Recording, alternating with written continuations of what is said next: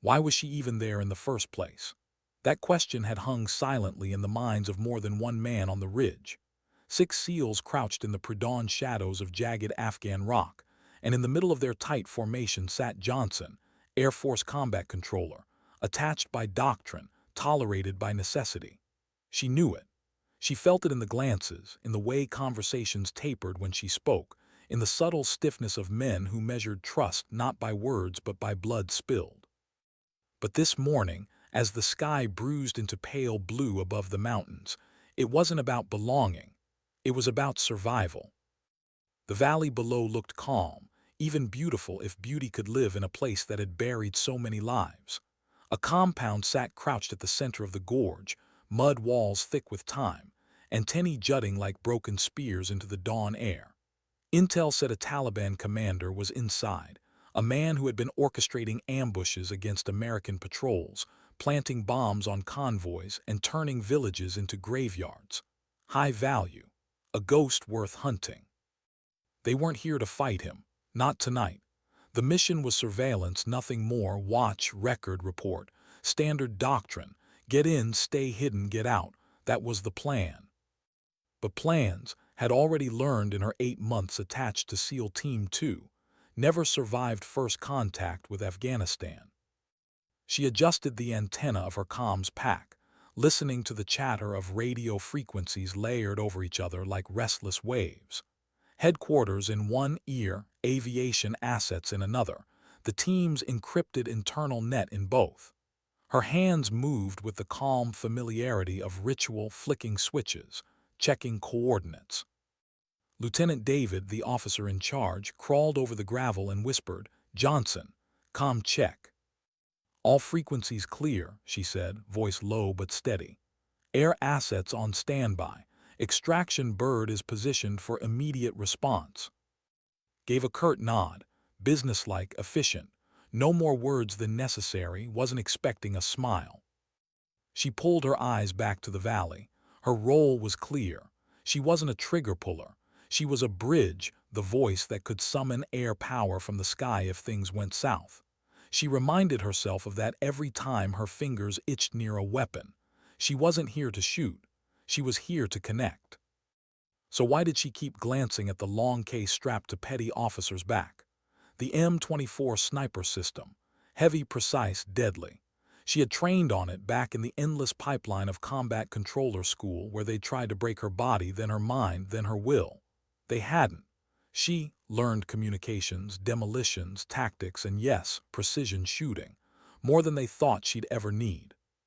Still, she wasn't a sniper, not officially, not by title. But something in her gut told her the rifle might matter before this day ended. Down below, movement stirred. "I've got activity," whispered, peering through his optics.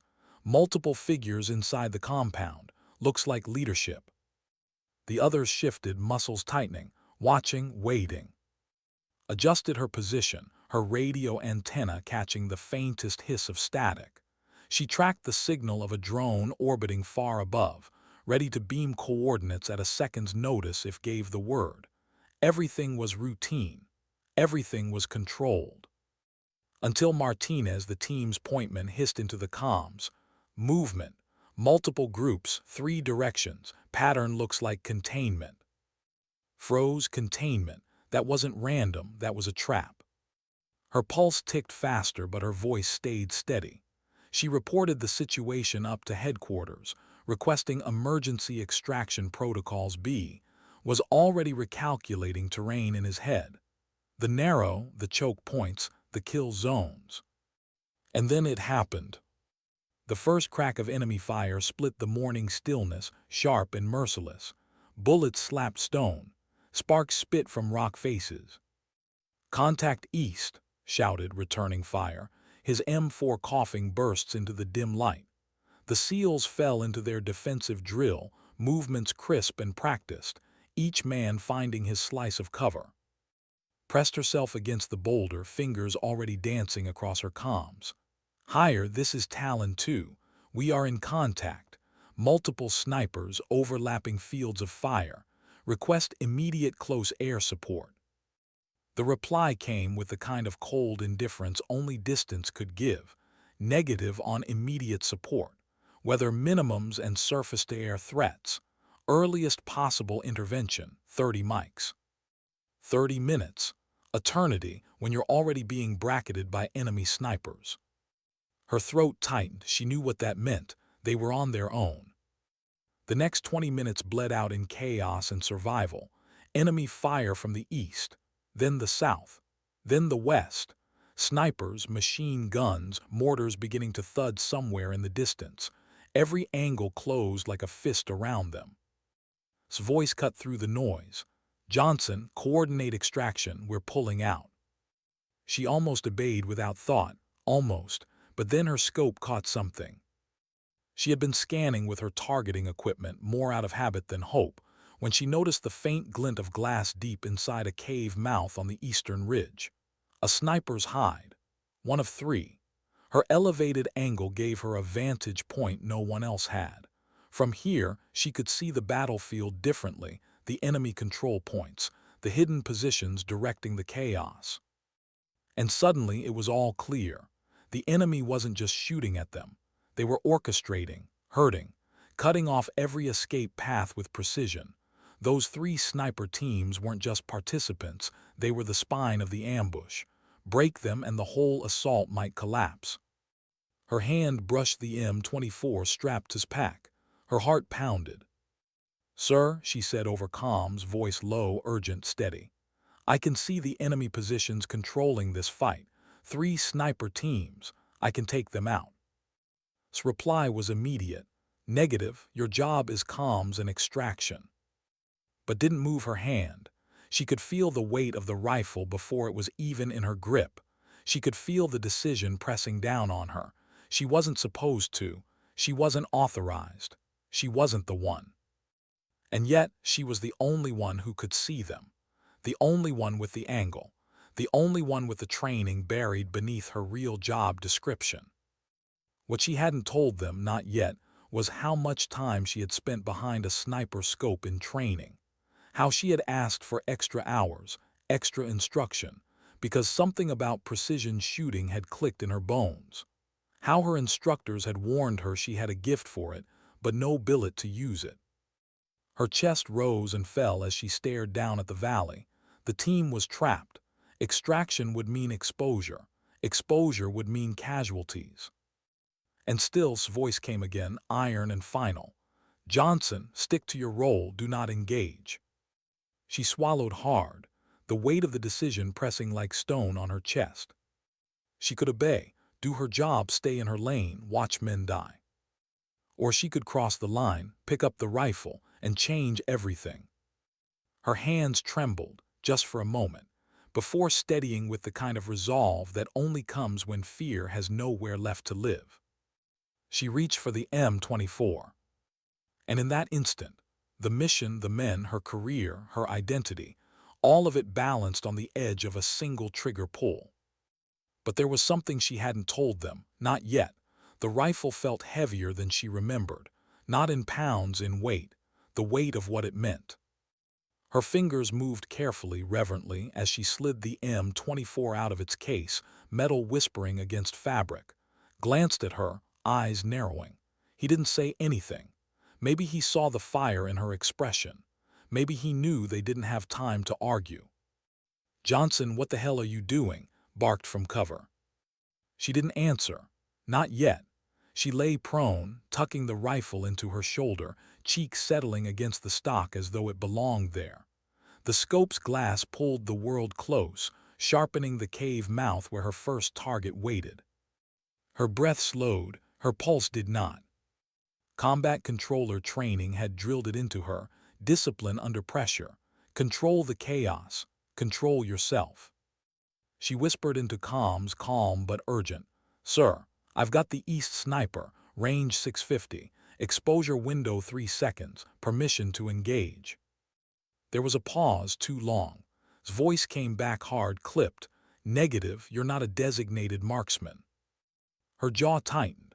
Every second wasted was another bullet fired from that cave. Another chance for one of her teammates to be hit. She saw muzzle flash in the dark recess, traced the line to where sparks jumped from the rock barely feet from Martinez's cover. It didn't matter what said. She had already made her choice. She adjusted windage, steadied her breath, and squeezed. The rifle cracked like thunder, rolling down the valley. Time seemed to pause. The Taliban sniper lurched back, his weapon tumbling from dead hands. The cave went still. "Target down," whispered. For a moment there was silence, then's voice rough but different now. "Johnson, repeat that." "Target 1 neutralized," she said, already swinging her scope to the south. The comms crackled with disbelief, but no one challenged her now.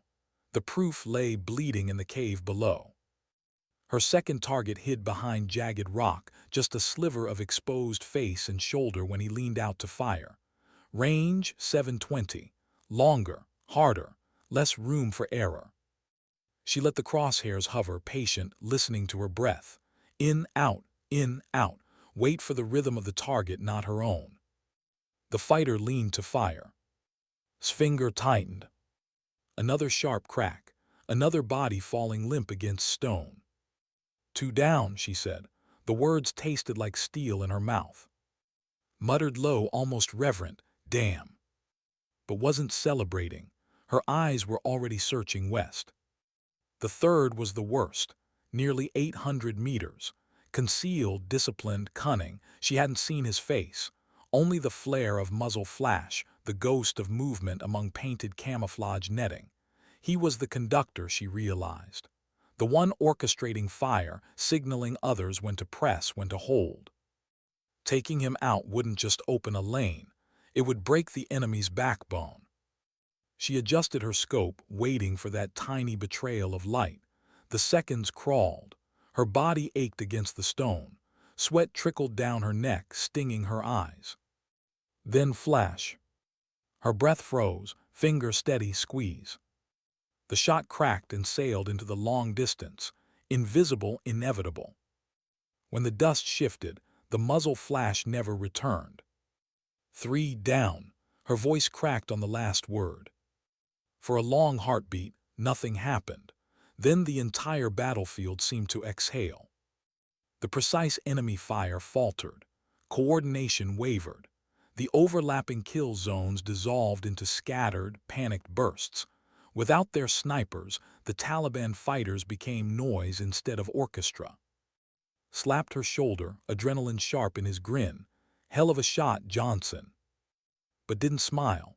Her chest was tight, her hands trembling as she lowered the rifle. Because she knew what she had just done. She had crossed a line. She had killed. Not in theory, not in training, not as part of a strike package miles above. She had put her eye to a scope and ended 3 lives with her finger. And yet, even as guilt gnawed at the edges of her resolve, something else rose in her chest. Relief. Not for herself, but for the team. His voice cut in. Lower now, not bark, not scorn. "Johnson, you just bought us this mission. Outstanding work." The words landed heavy, heavier than the rifle had. Recognition. Validation. And with it, an unspoken truth: she was no longer just the comms girl. She had become something else. But war never pauses for reflection. Mortar thumps echoed in the valley, explosions throwing dirt skyward. Small arms fire still spat from the compound. Fighters rushed in without coordination, wild and angry, but still dangerous in numbers. "Team, shift fire," ordered. "Johnson, keep eyes on. If you see more snipers, call it." She nodded, wiping sweat from her brow, forcing her body to move like a soldier, not like someone who had just broken her own rules. The SEALs pressed their counterattack, carving space, breaking the ambush into fragments. For the first time since the first crack of gunfire, survival felt possible. But couldn't shake the pounding in her chest. Every time she blinked, she saw the faces, or rather, the absence of them. The stillness where life had been seconds before. She had told herself she could handle it. That training had prepared her. But training never tells you about the silence after. Her radio hissed. Higher headquarters wanted updates. She gave them calm words, precise coordinates, stripped of all feeling. A professional voice because anything else would be dangerous. But inside, she was replaying the moment when she had ignored order, when she had taken the shot not as an Air Force controller but as something else, something unnamed. Would they commend her or court-martial her? Would they see defiance or salvation? She pushed it away. No time, survival first, questions later. The firefight stretched on, thinning, fatting. The Taliban, leaderless now, broke apart into scattered groups. Some fled into the hills, others fought recklessly until silenced. At last the ridge fell quiet again. Smoke drifted in lazy columns. The smell of gunpowder clung to the air. His rifle lay still against the rock, barrel warm from use. Moved beside her, crouching low. His face was smeared with dirt, sweat carving lines through the grime. His eyes searched hers. "You just saved this team," he said quietly. "Not an officer to a subordinate, a man to another soldier." Swallowed, I did what I had to." "Damn right you did." He looked away, scanning the valley. "Sometimes the book doesn't cover it. Sometimes you make the book." She wanted to believe him. She wanted those words to lift the weight pressing on her chest. But when she looked back through the scope one last time, all she saw were 3 still bodies lying silent in the morning light. And she knew this was only the beginning. Because something in her had shifted with those 3 shots, something she couldn't undo. But what she hadn't told them, not anyone, was that this wouldn't be the last time she reached for a rifle that wasn't supposed to be hers. The ridge was too quiet now. That silence wasn't peace. It was aftermath. The kind that hummed in your ears, filling the void left when gunfire stopped, kept her cheek pressed against the cool rock, her body unwilling to believe it was over. Her finger twitched as if still curled around the trigger. The smoke in the valley hung heavy, mingling with dust and the sharp metallic tang of cordite. The compound below still stood, jagged and silent, as if the world hadn't just shifted on its axis. "Status," called. His voice was controlled, but the tension was clear. One by one, the SEALs checked in. Intact. Martinez, minor scrape. Good. Even the one grazed earlier had wrapped his arm and refused to count it as more than cosmetic.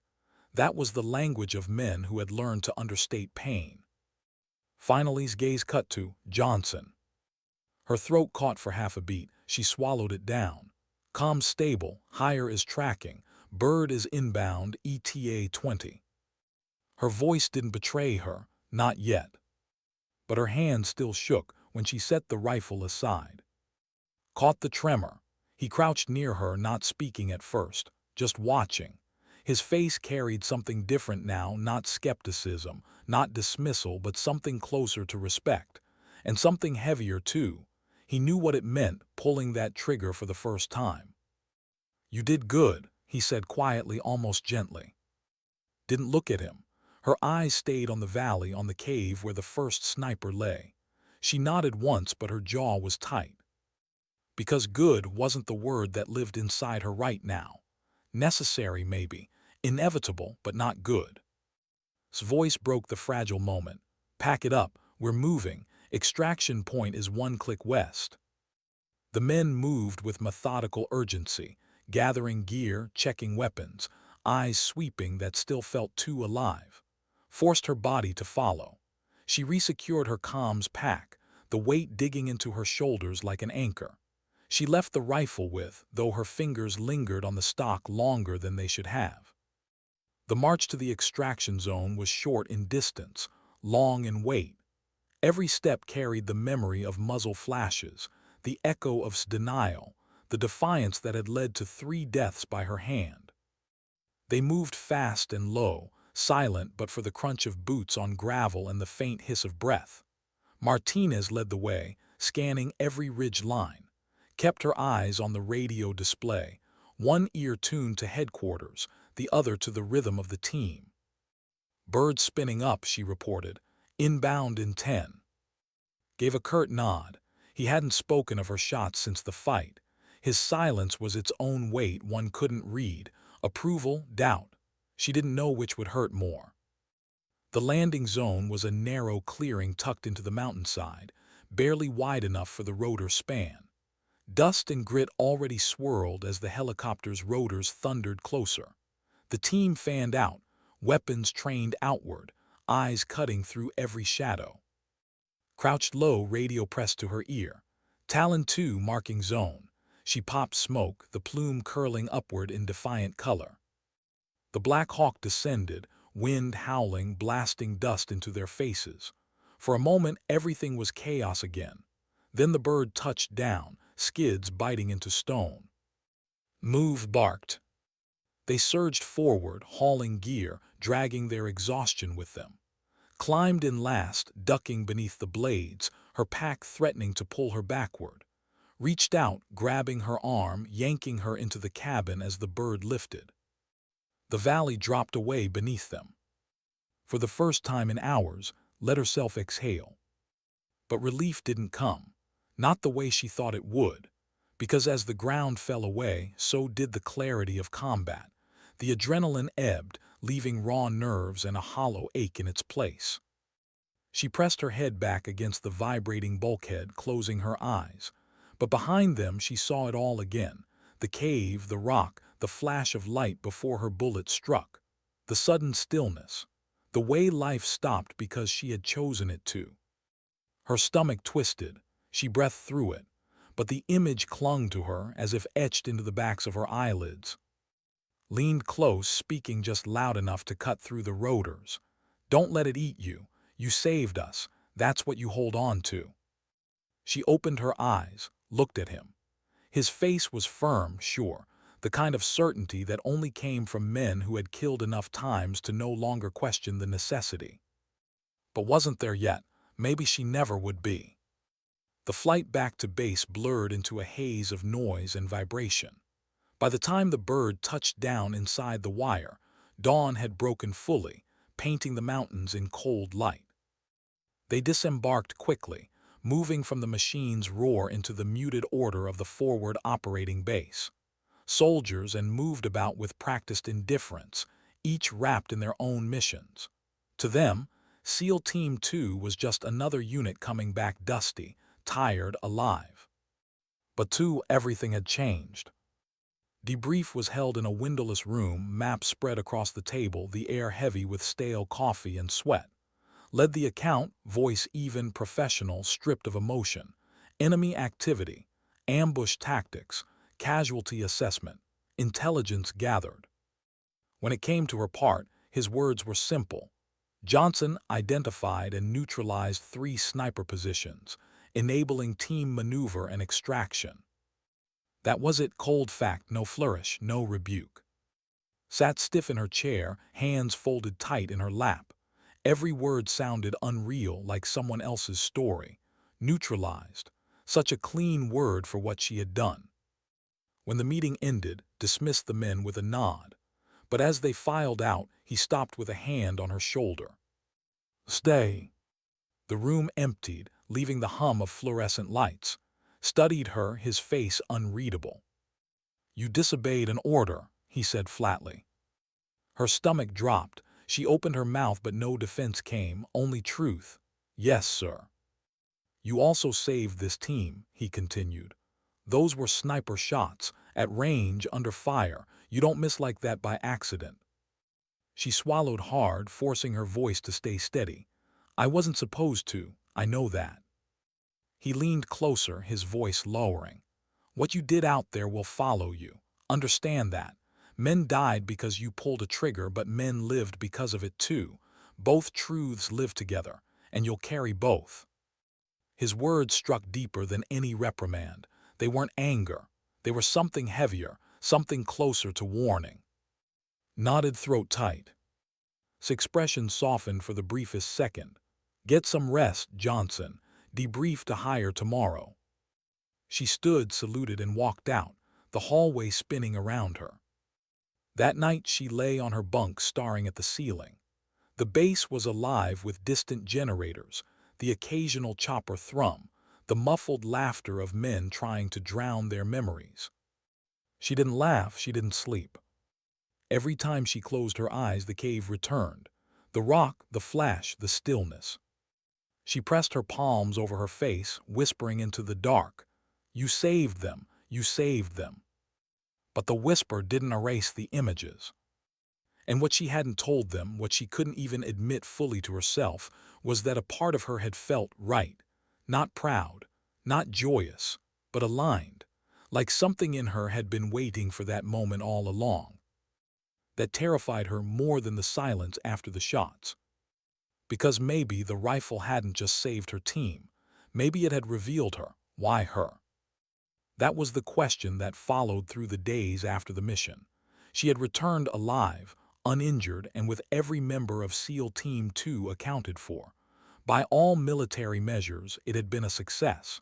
And yet, success didn't feel like this. Success wasn't supposed to sit like a stone in her stomach. Everywhere she walked around the forward operating base, she felt eyes linger just a little longer. Not hostile, not dismissive anymore, but different. Quiet recognition. Some of the SEALs nodded as she passed, subtle gestures that spoke louder than words. Respect, acceptance, even gratitude.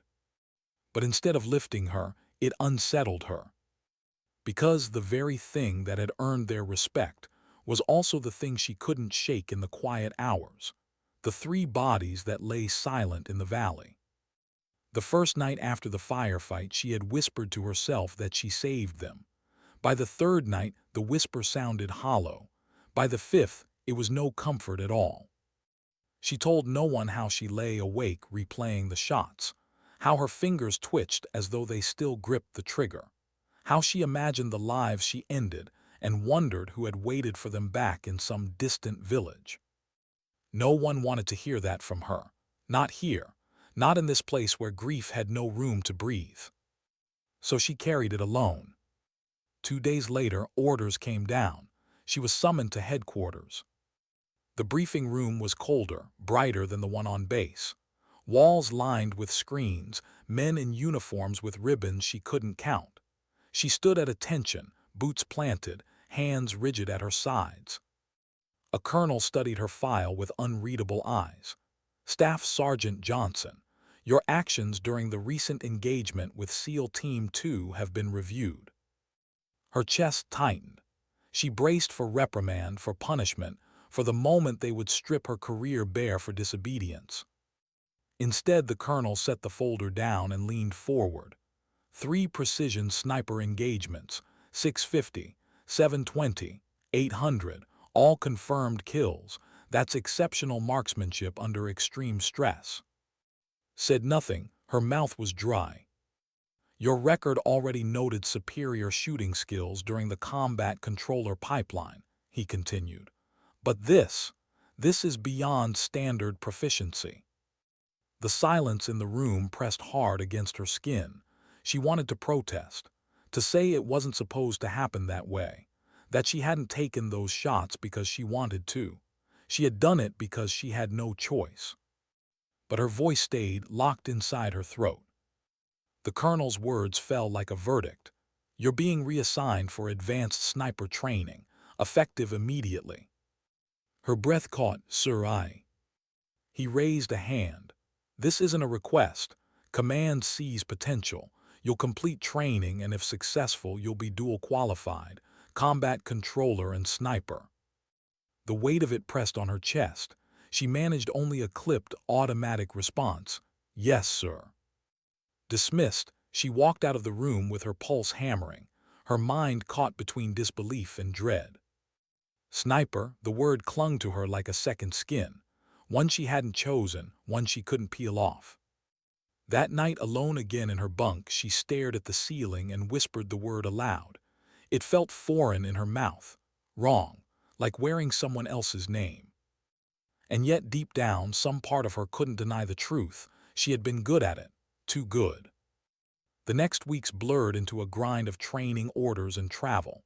She was sent stateside, pulled into a program designed for the few who could master the art of patience, precision, and killing at distance. Days on the range, endless hours behind glass, lectures on wind patterns, ballistics, concealment. For most, the training was grueling, for it felt hauntingly natural. The math of distance and wind came like second nature. Her breathing fell into rhythm with the shot process.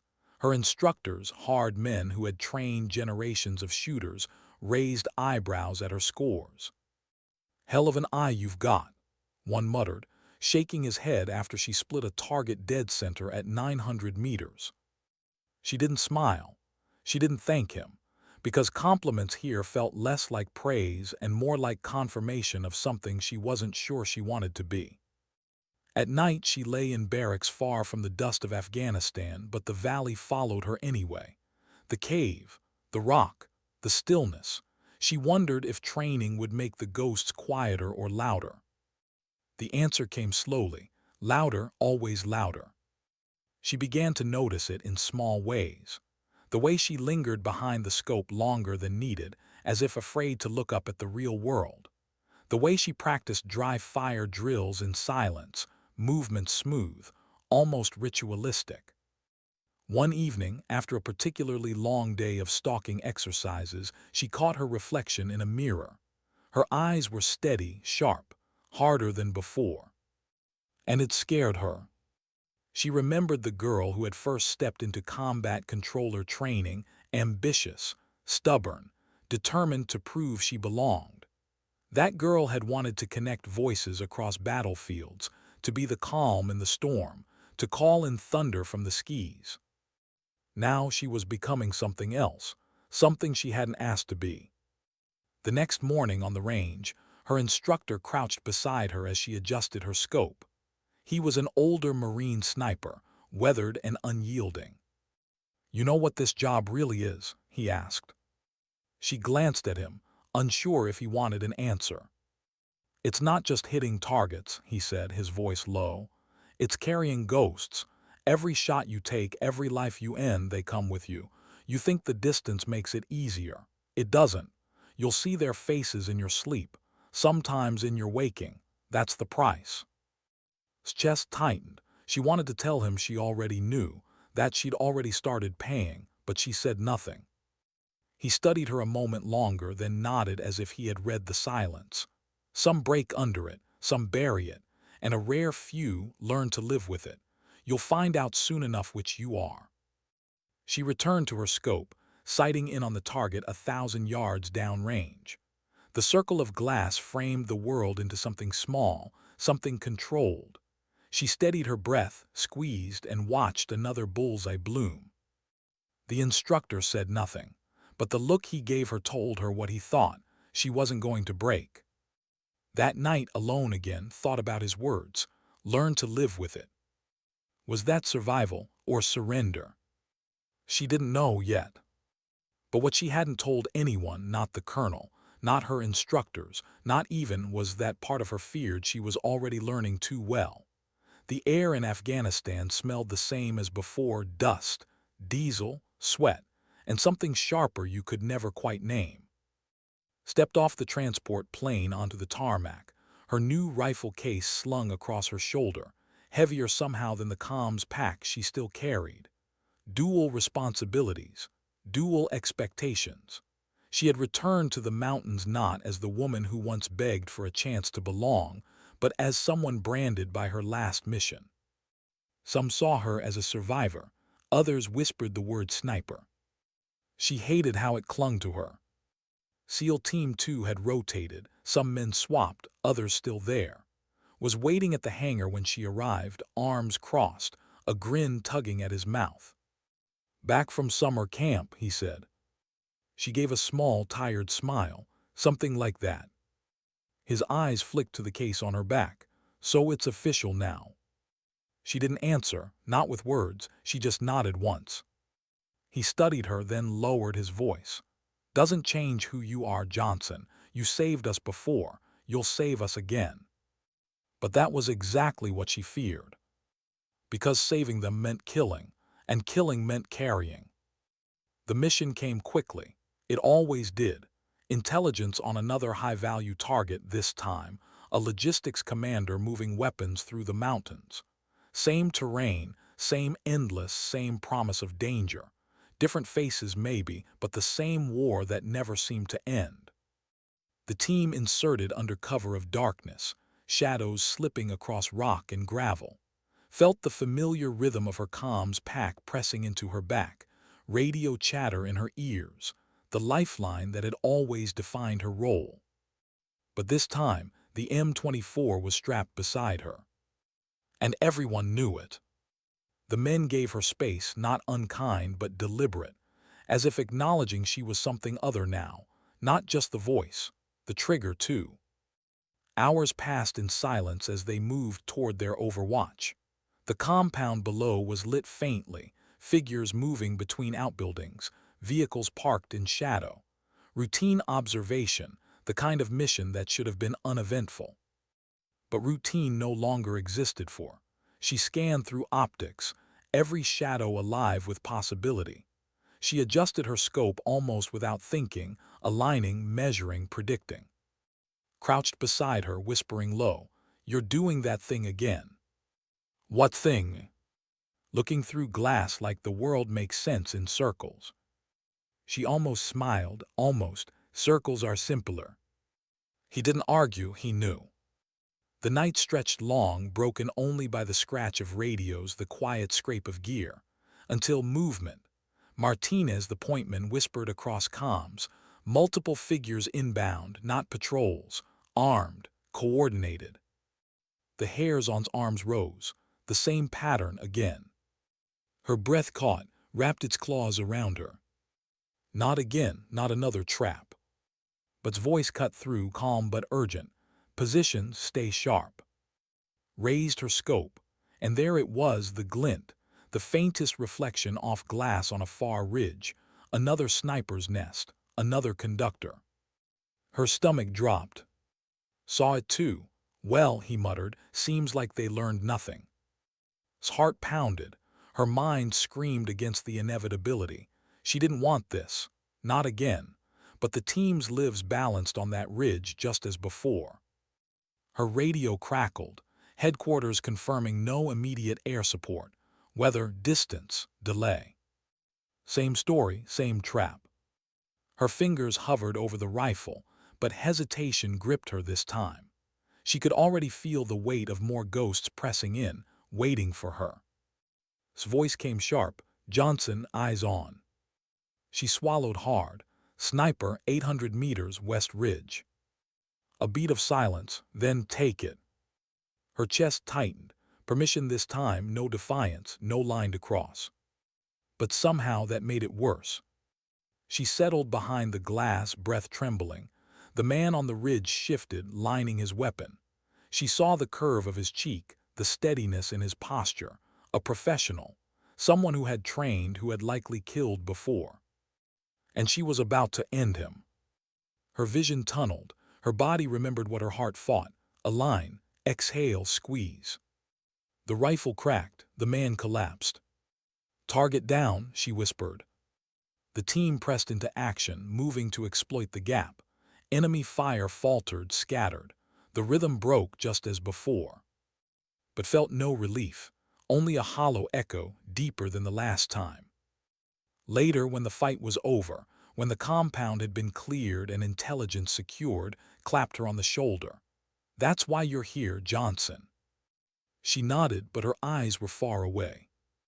Because what he didn't see, what none of them saw, was how her hands shook afterward, how bile burned in her throat, how every kill felt less like saving lives and more like losing herself piece by piece. That night back at base, found her sitting alone outside the barracks, staring at nothing. "You okay?" he asked. She didn't answer right away. Then softly, "Do you ever wonder if we're just building ghosts, one mission at a time?" Leaned against the wall beside her. He didn't dismiss it, didn't joke, just let the silence stretch. Finally he said, "We all carry them, some heavier than others. Question is, can you carry and still keep walking?" Closed her eyes, the faces came again. The cave, the rock, the ridge, now a new one too. She whispered almost to herself, "I don't know." Because what she hadn't told him, what she couldn't tell anyone, was that every time she looked through the scope now, She saw less of the target and more of herself. And she wasn't sure which image frightened her more. How many faces could a person carry before they broke? That question shadowed through every mission, every quiet hour between firefights, every restless night when sleep betrayed her. It had been weeks since the second kill, but time meant little here. Days blurred into dust, into patrols, into missions that all bled together. What did blur were the memories, the cave, the ridge, the stillness after the shot. And now the new one, a man falling on a distant slope, rifle tumbling from his hand. The faces never stayed clear. They weren't portraits she could recognize. They were fragments, the shape of a jaw, the curve of shoulders, the way their bodies stilled. Sometimes she saw them in shadows, sometimes in reflections, sometimes in dreams. Always silent, always watching. She did her job. She still called in air support, still coordinated aircraft with the calm precision expected of a combat controller. But the rifle case always sat nearby, and more often than not, she was the one who shouldered it when turned hostile. The SEALs trusted her now. They didn't question, they didn't hesitate. When said, "Johnson, take it," they all knew she would. And she did. Each time the shot was perfect. Each time the team lived. And each time felt less alive. Noticed first. He always did. One evening after they returned from another operation, 3 dead insurgents, 1 cache of weapons secured, he found her sitting alone on the far edge of the compound, helmet off, eyes fixed on the horizon. "You're quiet," he said. "I'm always quiet," she replied. "Not like this." She didn't answer. Lowered himself beside her, arms resting on his knees. "Talk to me, Johnson." Her jaw clenched. "What's there to say? I do my job, we come back alive, that's all that matters, right?" His silence stretched. "Then, that's the line they teach us, but it's not always the truth." Her eyes burned. She turned to him sharply. "Then tell me the truth." He met her gaze steady. "The truth is every shot leaves a mark, on them, on you. Pretend otherwise and you'll lose yourself." Her chest tightened. She looked away, unable to hold his eyes. "Maybe I already have." Didn't argue. He just sat with her until the night air grew colder. The next mission came fast, as they always did. Another compound, another valley, another routine observation that spiraled into fire. This time the ambush wasn't as clean. The enemy rushed too soon, their lines sloppy, but still dangerous. Found herself flat on her stomach, radio pressed against her cheek as mortars thumped closer. "Johnson, where's that air support?" barked. 5 minutes out, she shouted over the noise. 5 minutes is too damn long. She already knew what came next. The words formed before he said them. "Rifle now." Her hands hesitated, just for a moment, because the ghosts had gathered close, whispering that each shot wasn't just saving lives, it was stealing pieces of her own. But hesitation wasn't allowed here. She set the radio aside, pulled the rifle close and sighted in. The target this time was younger. She could see it in the way he moved, reckless, shoulders too narrow for the rifle he carried, barely more than a boy. Her breath caught, her finger froze. For the first time, she couldn't make herself pull. Then mortar fire slammed closer, dirt and stone raining down. A shout cut across comms, hit, bleeding from shrapnel. Johnson roared. Her vision tunneled. She exhaled, squeezed, and the boy crumpled. The silence after was deafening. Even when the air support finally arrived, even when the valley erupted in thunder and fire, even when the team pulled back alive again, none of it touched her. She felt only the hollow echo of that boy's fall. Back at base, she moved through the motions of debrief, of gear checks, of eating tasteless rations. But inside, she was cracking. That night, she couldn't stay in her bunk. She wandered the perimeter alone until she found herself staring out into the dark mountains. Her hands shook so badly she shoved them into her pockets to hide it, even though no one was watching. Found her there again. You froze, he said quietly. Her throat tightened. I saw his face. Kid. She nodded, biting hard on the inside of her cheek. Exhaled slowly, leaning against the wire. First time I pulled the trigger I saw mine. 17. Stupid haircut. Thought I was invincible. Every time I shoot someone who looks young, I see that version of me drop. That's how it works. They don't tell you that in training. Blinked hard, fighting the sting in her eyes. How do you keep going? His voice was low, steady. Because if I don't, somebody else's kid dies. Maybe ours, maybe yours, maybe mine someday. That's the trade. Doesn't make it easier, just makes it necessary. She turned her face away, staring into the night. What she didn't say, what she couldn't, was that necessary felt like a word that was killing her slowly. Days blurred again, missions stacked. Each one left her with more fragments of faces, more ghosts pressing into her. Her performance never faltered. If anything, her precision sharpened. Her scores, her shots, her calm under fire, all of it grew more exact. But inside, she was unraveling. She stopped writing emails home, stopped calling when the chance came, stopped journaling the way she once had to steady her thoughts. Words felt useless. What could she write? That she was drowning in silence, that every mission added weight she couldn't drop. So she carried it alone. Until one night, after another operation, she sat outside staring at her hands. They didn't look like hers anymore. Not the hands that once dreamed of flying, of calling in thunder from the sky. These were hands that killed. Hands that trembled when the rifle was gone, then steadied the moment it returned. And what she hadn't told anyone, not even herself fully, was the truth that scared her most. It wasn't just that she hated killing. It was that a part of her had learned to need it. The briefing room smelled of stale coffee and sweat. Maps covered the table, red markers circling mountain passes and compounds. His voice was steady, detached, as he laid out the next mission: intercept a Taliban convoy moving weapons through a canyon east of their position. It should have been simple: ambush, neutralize, recover intel. But sat in her chair, spine rigid, and felt her stomach knot. Convoys meant numbers. Numbers meant coordination. Coordination meant snipers. And snipers meant her. She glanced at the rifle case leaned against the wall beside her chair. She could feel its presence like a shadow pressing over her shoulder. She told herself it was just steel and glass. But it was. It was the weight of every ghost she carried, waiting for company. His eyes flicked to her as he finished the briefing. Just a glance, but enough to tell her he expected her to do what she always did now. The unspoken order hung between them: if snipers showed up, you'll end them. She nodded once, mechanical, even though inside every nerve screamed. That night before insertion, she lay awake, staring at the canvas above her bunk.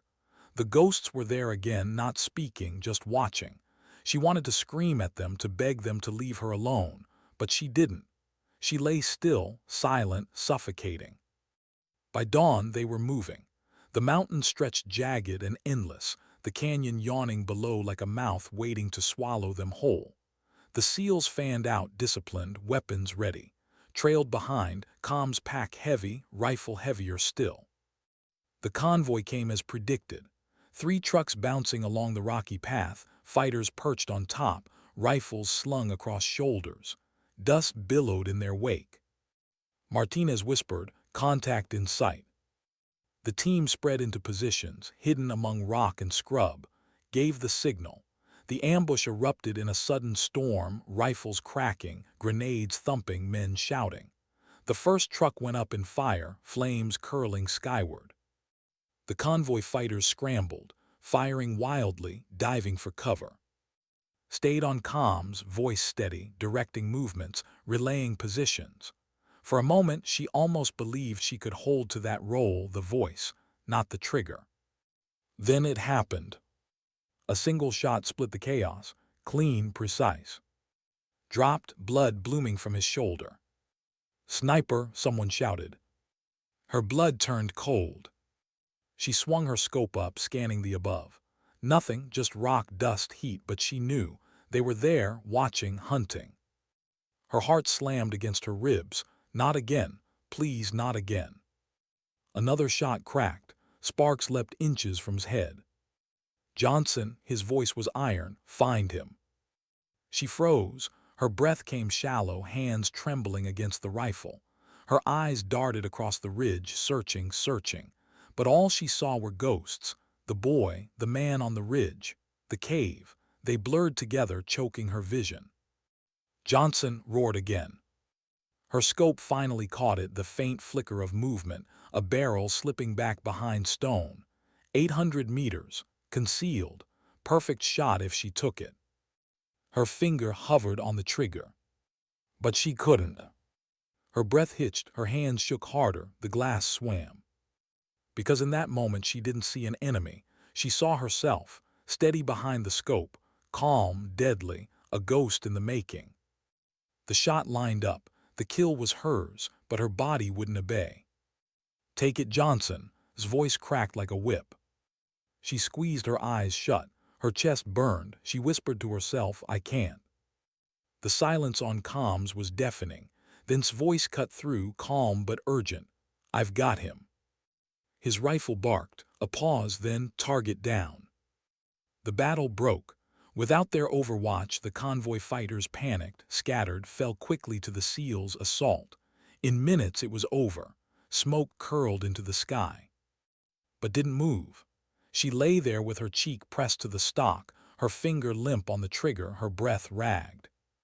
When the dust settled, stormed over, face flushed with fury, he crouched, eyes blazing. You froze. She couldn't look at him, her throat locked.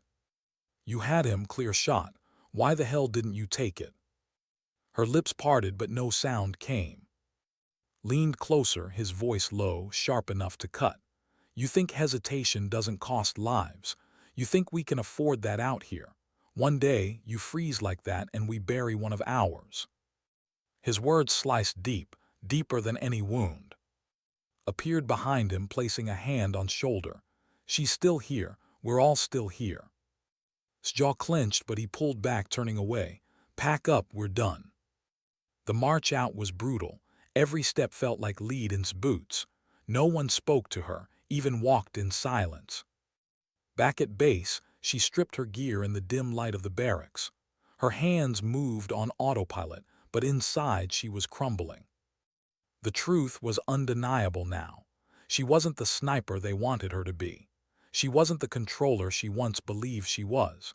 She was something caught in between, too haunted to keep killing, too needed to step away. That night finally broke the silence. He sat across from her, eyes steady.